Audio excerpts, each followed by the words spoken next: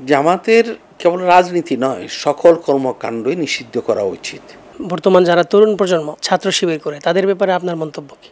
তাদের কাছে আমি বিশুদ্ধ এবং ইসলামের যে ভালোবাসার রূপটাকে পৌঁছাতে পারি নাই, এই যে দায়িত্ব পালন করি নাই, এর জন্য আমি নিজে দুঃখ প্রকাশ করছি, আমি আমার অনুশোচনা প্রকাশ করছি। আমি তাদের এই আগ্রহটাকে অত্যন্ত পছন্দ করি।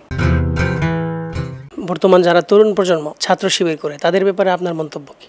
আমি তাদের প্রতি দুটো এক হইল, আমি আমার যে দায়িত্ব পালন করতে পারিনি তাদের ব্যাপারে, তাদের কাছে আমি বিশুদ্ধ এবং ইসলামের যে ভালোবাসার রূপটাকে পৌঁছাতে পারি নাই, এই যে দায়িত্ব পালন করি নাই, এর জন্য আমি নিজে দুঃখ প্রকাশ করছি, আমি আমার অনুশোচনা প্রকাশ করছি। আমি কেবল তাদেরকে দোষ দিচ্ছি না। দ্বিতীয় জিনিস হলো, আমি তাদের এই আগ্রহটাকে অত্যন্ত পছন্দ করি, যে তারা ইসলামকে বুঝতে চায়, ইসলামকে জানতে চায় এবং ইসলামের উপরে চলতে চায়। কিন্তু ঘটনার চক্রে ইসলাম সম্পর্কে না জানার কারণে তারা একটা ভুল পথে চলে গিয়েছে। আমি তাদেরকে আহ্বান জানাবো যে তারা যে পথে চলছে এই পথ জান্নাতের পথ নয়, এই পথ কাবার পথ নয়, এই পথ তো তুর্কিস্তানের পথ। সুতরাং এই পথ থেকে ফিরে এসে তারা হাক্কানি উলামায়ে কেরামের নেতৃত্বে যেন তারা ঐক্যবদ্ধ হতে পারে এবং ইসলাম সম্পর্কে তারা জ্ঞান অর্জন করে ইসলামকে এই দেশে প্রতিষ্ঠিত করতে পারে, এর জন্য আমি তাদেরকে আহ্বান জানাবো। যুদ্ধাপরাধের বিচারের দাবিতে শাহবাগে গিয়েছেন, এ ব্যাপারে আপনার মূল্যায়ন কি? আমি তো স্পষ্ট বলেছি যে আমি শাহবাগে যখন গিয়েছিলাম, আমি ইস্তেখারা করে অনেক ভেবেচিন্তে গিয়েছি এবং শরীয়ত সম্মতভাবে আল্লাহর কাছে যে প্রার্থনা করার যে যাওয়াটা হবে, ঠিক হবে কি হবে না, সেটাকে ইস্তেখারা বলা হয়, তা করে আমি গিয়েছি।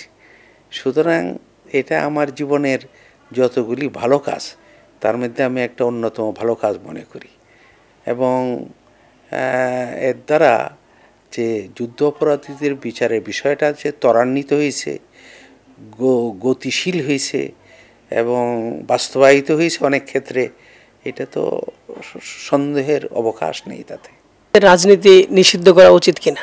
জামাতের কেবল রাজনীতি নয়, সকল কর্মকাণ্ডই নিষিদ্ধ করা উচিত, তাদের প্রকাশনা, তাদের কারণ এটা প্রমাণিত হয়ে গেছে যে তারা শুধু খালি ব্যক্তি হিসাবেই তাদের নেতারা যুদ্ধ অপরাধী ছিলেন না, খুদ জামাত একটা দল হিসাবেও যুদ্ধ অপরাধী।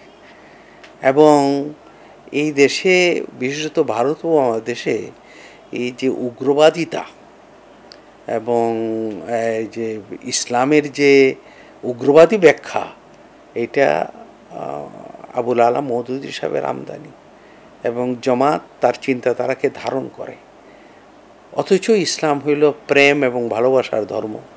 ইসলাম কোথাও উগ্রবাদকে পছন্দ করে নেই, সমর্থন করে নেই, কোনো বিষয়ে বাড়াবাড়িকে পছন্দ করে নেই। এই উম্মতকে উম্মাতান ওয়াসাতান, মধ্যমপন্থী উম্মত বলা হয়েছে, যে বাড়াবাড়ি নেই কোনো। কিন্তু জামাত একটা বাড়াবাড়ির দিকে এবং উগ্রতার দিকে, চরমপন্থার দিকে মানুষকে নিয়ে যায়। বিশেষত তরুণদেরকে তারা বিভ্রান্ত করছে ইসলাম এবং জেহাদের নামে।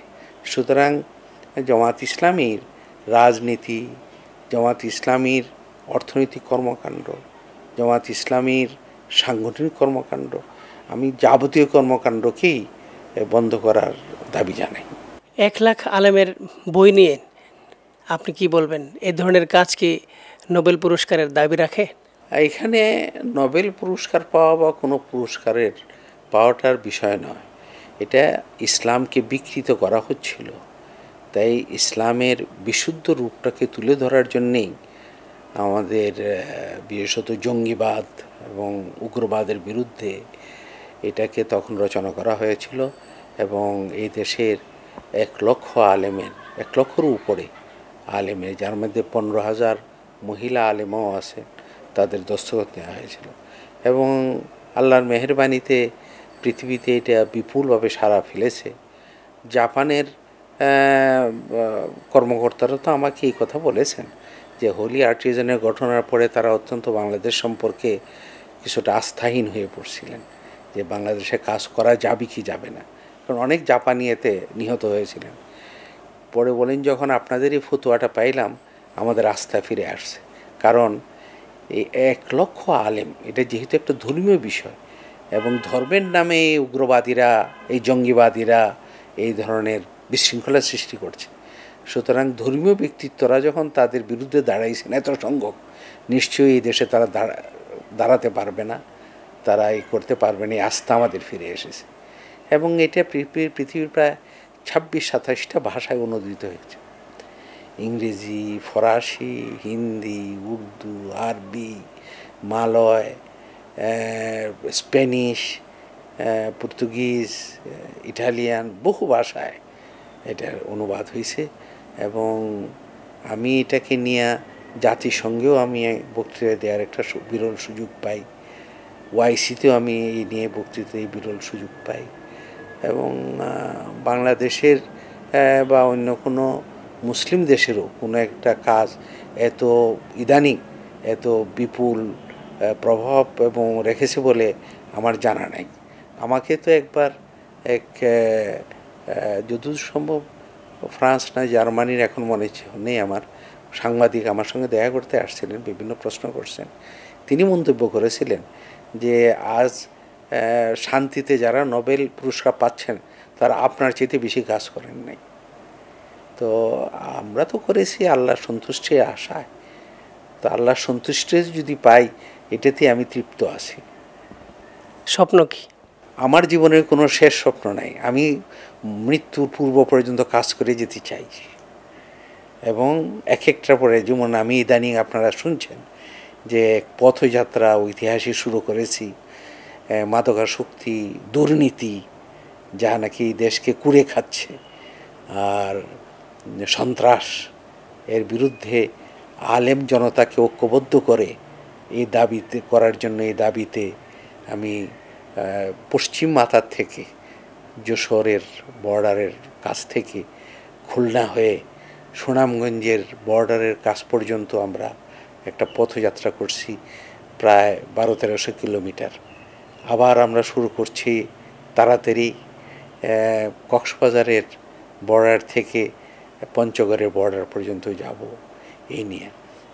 এই ধরনের এই যে পথযাত্রা, আমার সাথে প্রায় 1000 খানেক আলেম ছিলেন, কোনো সময় 1,500 হয়েছেন, এবং 80-90টা গাড়ি, কোনো সময় কম বেশ ছিল। বহুত সুশৃঙ্খলভাবে মানুষের উপরে এটা একটা বিপুল প্রভাব সৃষ্টি করেছে, আল্লাহ তাআলা এটা করাইছেন। তো এবং বিভিন্ন জায়গায় আমরা পথসভা করছি, কোনো পথসভায় তো প্রায় 15-20 হাজার লোকও ছিল, যেমন মুন্সিগঞ্জে, যেমন মৌলভীবাজারে তো প্রায় সবাই বলছে যে 20,000-এর উপর লোক ছিল, এবং ভৈরবে, সুনামগঞ্জে, যে আখেরি যশোর থেকে আমরা প্রথম দোয়া মাধ্যমে শুরু করছি, সুনামগঞ্জে গিয়ে আমরা এতজন আলেম আখেরি দোয়া করেছি।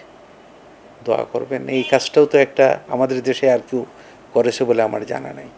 তো এই ধরনের আমি ইসলাম এবং জাতির জন্য এবং শেষ মুহূর্ত পর্যন্ত কাজ করে যেতে চাই, তাই আমার শেষ স্বপ্ন বলতে কিছু নাই। আমি চেঞ্জ টিভির এই যাত্রার শুভকামনা করছি, এবং আমি আশা রাখি যে মিডিয়ার জগতে এই দেশের মানুষের প্রত্যাশা পূরণে চেঞ্জ টিভি অনেক সহায়ক হবে।